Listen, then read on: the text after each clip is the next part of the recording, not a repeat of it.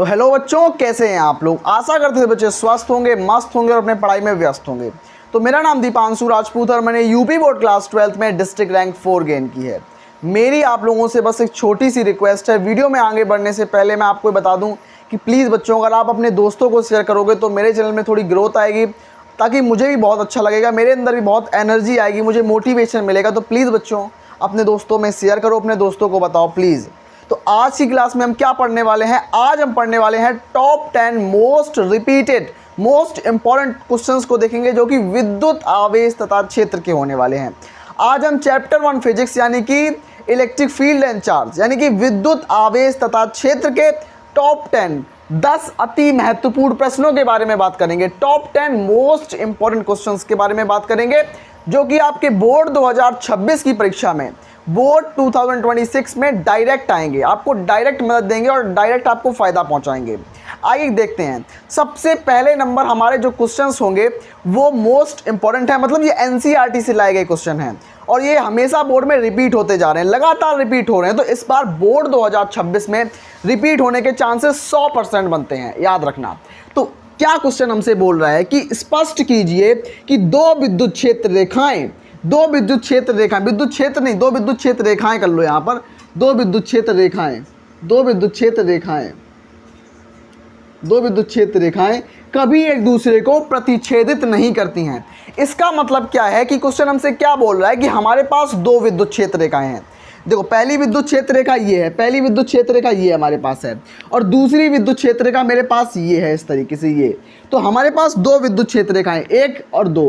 तो क्वेश्चन हमसे क्या बोल रहा है कि दो विद्युत क्षेत्र रेखाएं कभी एक दूसरे को काटती नहीं हैं। प्रतिच्छेदित करना मतलब काटना, प्रतिच्छेदित करना मतलब इंटरसेक्ट करना, यानी कि काटना, काटना, काटना। तो क्या क्वेश्चन हमसे बोल रहा है कि दो विद्युत क्षेत्र रेखाएं कभी एक दूसरे को काटती नहीं है। ये पहली विद्युत क्षेत्र रेखा, दूसरी विद्युत क्षेत्र रेखा, ये कभी आपस में इंटरसेक्ट नहीं करती, यानी कि कभी एक दूसरे को नहीं काटती हैं। याद रखना, कभी नहीं काटती हैं ये।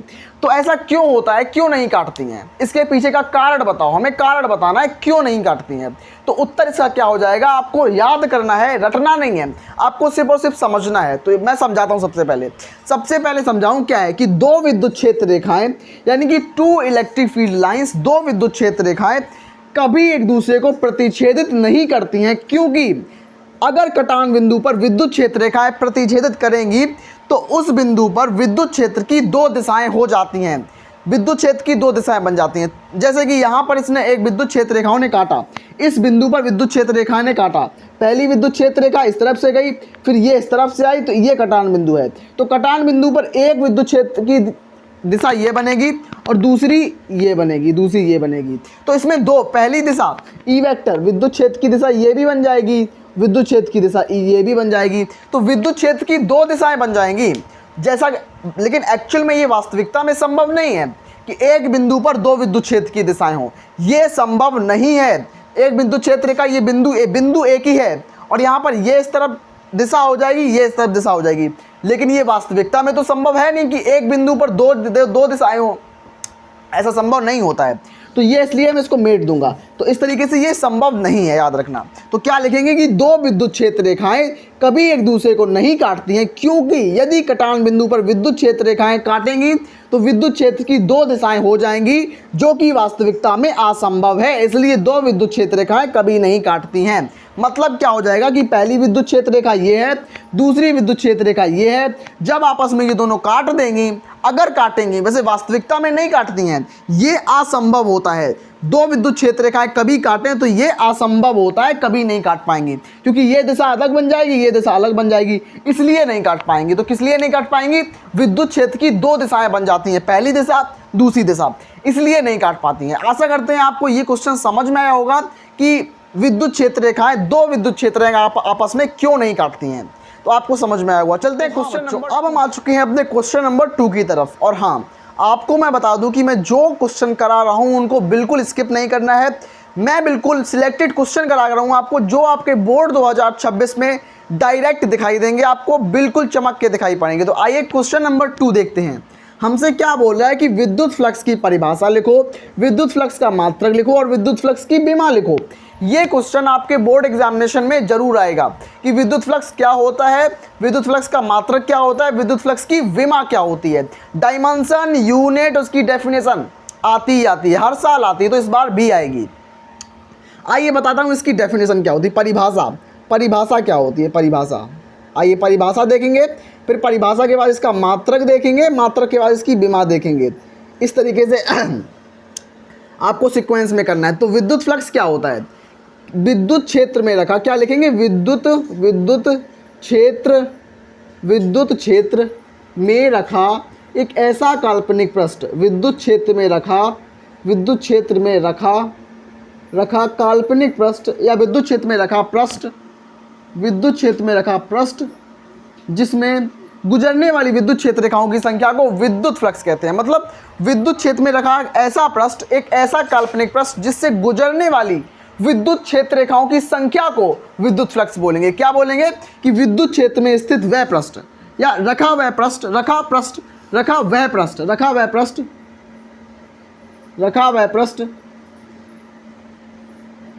जिसमें विद्युत क्षेत्र रेखाएं गुजरती हैं, जिससे रखा वह पृष्ठ जिससे विद्युत क्षेत्र रेखाएं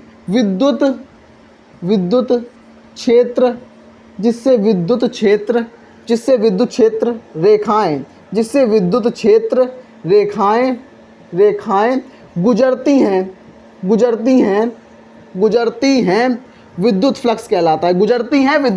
मैं भाई समझाऊंगा आपको, 1 मिनट रुको बस, उसके बाद समझाने जा रहा हूं आपको कि विद्युत क्षेत्र में रखा वह पृष्ठ जिसमें विद्युत क्षेत्र रेखाएं गुजरती हैं, विद्युत क्षेत्र रेखाएं गुजरती हैं, विद्युत फ्लक्स कहलाता है, विद्युत फ्लक्स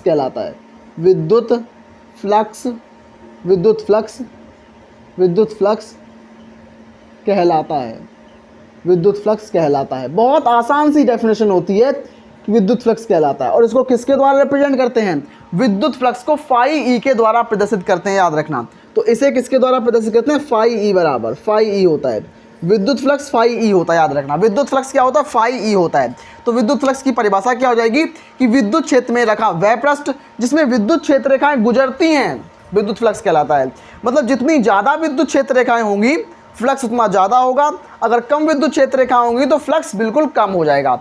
तो फ्लक्स जो होता है समानुपाती होता है विद्युत क्षेत्र रेखाओं की संख्या पर, याद रखना इस चीज़ को। और विद्युत फ्लक्स का मात्रक क्या होता है, मैं थोड़ा मार्कर यूज़ करता हूँ यहाँ। तो विद्युत फ्लक्स का मात्रक क्या होता है, मात्रक बता दूँ, मात्रक वोल्ट मीटर, याद रखना क्या होता है, वोल्ट इंटू मीटर। तो विद्युत फ्लक्स का मात्रक क्या हो जाएगा, मात्रक वोल्ट इंटू मीटर हो जाएगा। क्या हो जाएगा, वोल्ट इंटू मीटर। बहुत आसान है, वोल्ट इंटू मीटर। इसकी विमा क्या हो जाएगी, विमा और लिख लो आप लोग, विमा क्या हो जाएगी, विमा क्या हो जाएगी, बड़े कोष्ठक के अंदर हो जाएगी, विमा हो जाएगी ML3T-3A-1। तो क्या विमा हो जाएगी इसकी, ML3T-3A-1। तो इस तरीके से इसकी विमा हो जाएगी। परिभाषा मैंने आपको बता दी, मात्रक मैंने बताया आपको, विमा मैंने बताई। परिभाषा में बिल्कुल सिंपल चीज़ याद रखो। देखो मेरे पास एक पृष्ठ है, रखा हुआ है, ये पृष्ठ, और ये कहाँ रखा हुआ है पृष्ठ, विद्युत क्षेत्र के अंदर रखा हुआ है। तो इसमें से क्या गुजरेंगी, विद्युत क्षेत्र रेखाएं गुजरेंगी, इस तरीके से विद्युत क्षेत्र रेखाएं गुजरेंगी।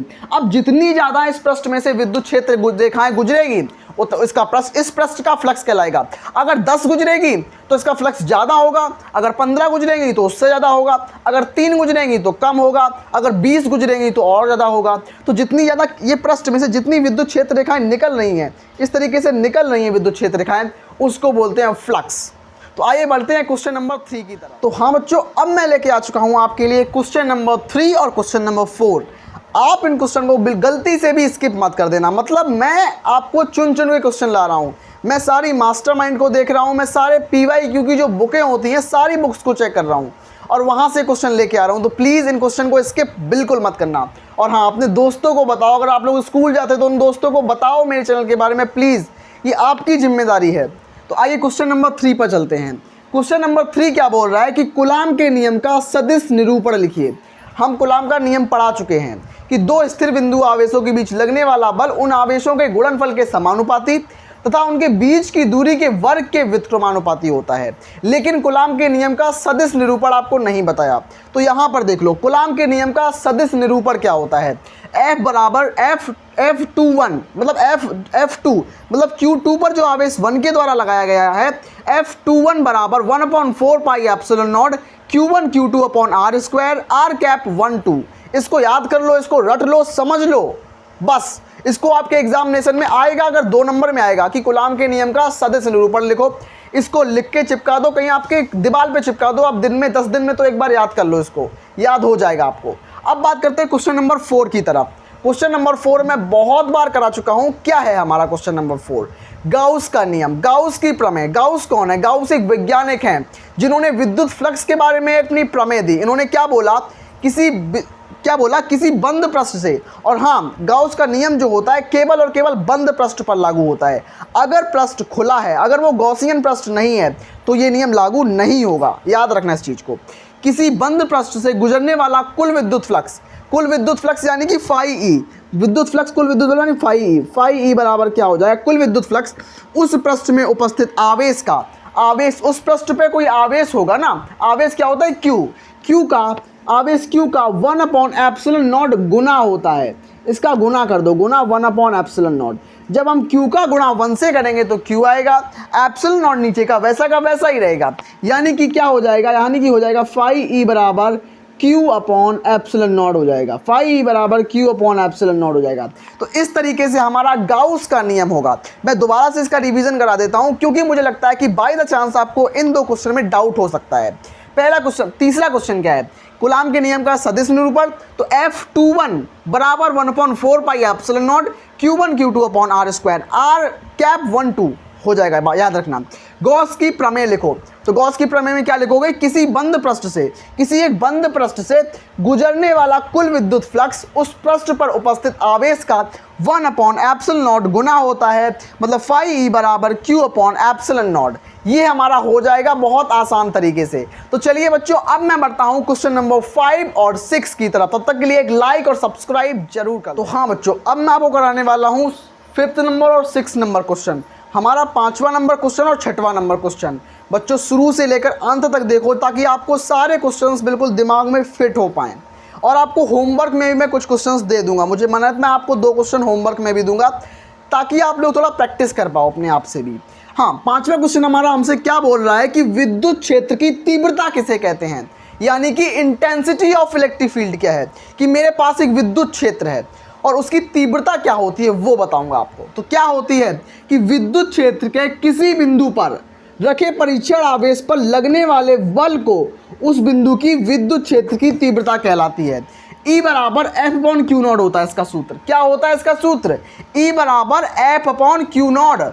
इसका मात्रक क्या हो जाएगा? मात्रक बताता हूं। मात्रक क्या हो जाएगा? न्यूटन प्रति कूलाम। बल का मात्रक न्यूटन और आवेश का मात्रक कूलाम, तो न्यूटन प्रति कूलाम हो जाएगा। मतलब क्या है कि किसी विद्युत क्षेत्र, ये विद्युत क्षेत्र मेरे पास है, ये क्या मेरे पास विद्युत क्षेत्र है। तो विद्युत क्षेत्र में Q0 आवेश को लाने पर इस पर बल लगेगा जिसका नाम होगा F, और इस बल को ही बोल देंगे विद्युत क्षेत्र की तीव्रता। E बराबर F/Q0, यही हो जाएगा। बस ये सिंपल सी जो हमारा फॉर्मूला होता है, E बराबर F/Q0 मतलब न्यूटन प्रति कूलाम, इसका मात्रक हो जाएगा। मात्रक भी याद रखना है। देखो क्वेश्चन क्या आएगा? क्वेश्चन आएगा विद्युत क्षेत्र की तीव्रता बताओ और विद्युत क्षेत्र का मात्रक बताओ। और विद्युत क्षेत्र का मात्रक के साथ साथ आप उसे सूत्र भी लिख दोगे ना, बहुत अच्छा इंपैक्ट पड़ेगा एग्जामिनर के ऊपर, मजा आ जाएगा एग्जामिनर को। अब हमारा 6वां नंबर क्वेश्चन हमसे क्या बोल रहा है कि विद्युत द्विध्रुव आघूर्ण क्या होता है, यानी कि इलेक्ट्रिक डायपोल मोमेंट क्या होता है। बहुत अमेजिंग टॉपिक है और बोर्ड 2025 में आया था। मेरे बोर्ड 2025 में आया था, ये याद मान लो, बोर्ड 2025 में आया था भाई। मैंने इसको तैयार किया था, तो आपको भी तैयार करना है, 2026 में भी आ सकता है। अगर आ गया तो फिर क्या करोगे? तो इसीलिए मैं आपको करा रहा हूँ कि आप लोग तैयार हो जाओ, एक मजबूत व्यक्ति बन जाओ कि आप पूरे चैप्टर को खंगाल के रख दो, पूरे चैप्टर का ऑपरेशन कर दो। इसलिए मैं आपको पढ़ा रहा हूँ। तो क्या होता है विद्युत द्विध्रुव आघूर्ण? तो विद्युत द्विध्रुव में किसी एक आवेश, द्विध्रुव क्या होता है, मेरे पास एक प्लस Q आवेश रखा हुआ है, मेरे पास एक माइनस Q आवेश रखा हुआ है। इन दोनों के बीच की दूरी 2L है। एक मेरे पास प्लस क्यू आवेश है, प्लस क्यू आवेश, दूसरा माइनस क्यू आवेश, दोनों के बीच की दूरी 2L हो जाएगी, याद रखना, ठीक है। तो इसमें से किसी आवेश, विद्युत द्विध्रुव, ये विद्युत द्विध्रुव है, तो विद्युत द्विध्रुव में से कोई एक आवेश मैंने ले लिया, और विद्युत द्विध्रुव आघूर्ण को हम P के द्वारा प्रदर्शित करते हैं, P के द्वारा, P याद रखना।